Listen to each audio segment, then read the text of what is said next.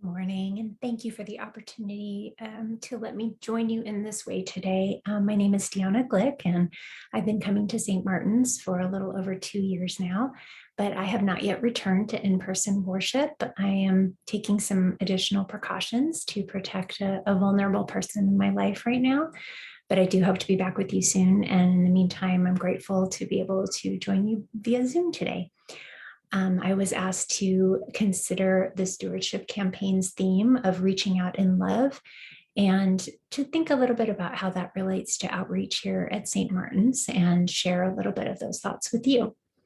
So as I think about that, I realized that outreach at St. Martin's really kind of goes along two different tracks. First, we have numerous activities by individual members, such as weekly food collection, coordinating meals served at the parish hall, serving on nonprofit boards, and many hours of time devoted to other charitable and spiritual causes. But we also reach out in love through an action that we take together as a church family, which is the dedication of a portion of our budget to charitable purposes. Each year, St. Martin's distributes church funds in the community according to the tenets of Matthew 25. For I was hungry and you gave me food. I was thirsty and you gave me something to drink. I was a stranger and you welcomed me. I was naked and you gave me clothing. I was sick and you took care of me. I was in prison and you visited me.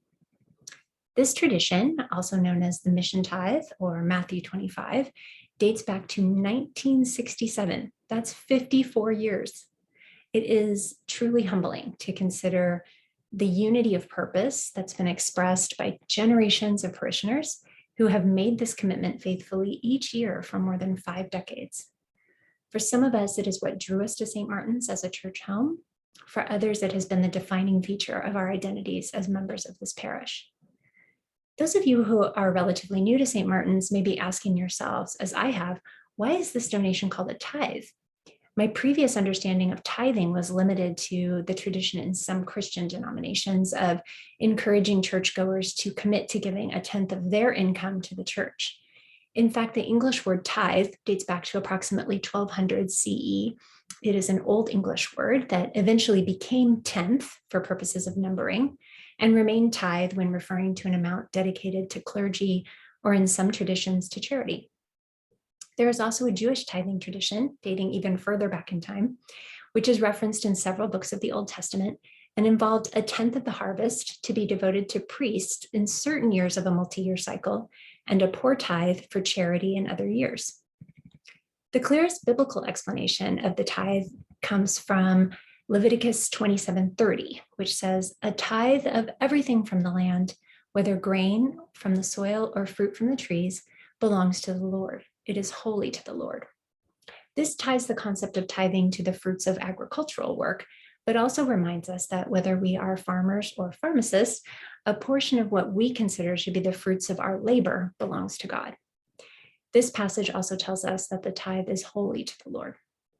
In our parish, a portion of Pledge and Plate, which is our annual pledges that we each contribute, and proceeds from weekly collection plates, is set aside each year for charitable giving to organizations addressing the needs expressed in Matthew 25. Long ago at St. Martin's, parishioners made a decision that they would tithe together as a church, and this tradition has endured. As we enter into the season of stewardship, and you are asked to provide financial support to the church, I invite you to consider what your financial support means not only to the church, but to the community at large. At St. Martin's, we all reach out in love by together dedicating to charitable causes a portion of the money that we as individuals have committed to the church. When you make a commitment to pledge an amount to the church, you are participating in upholding this important tradition. Thank you.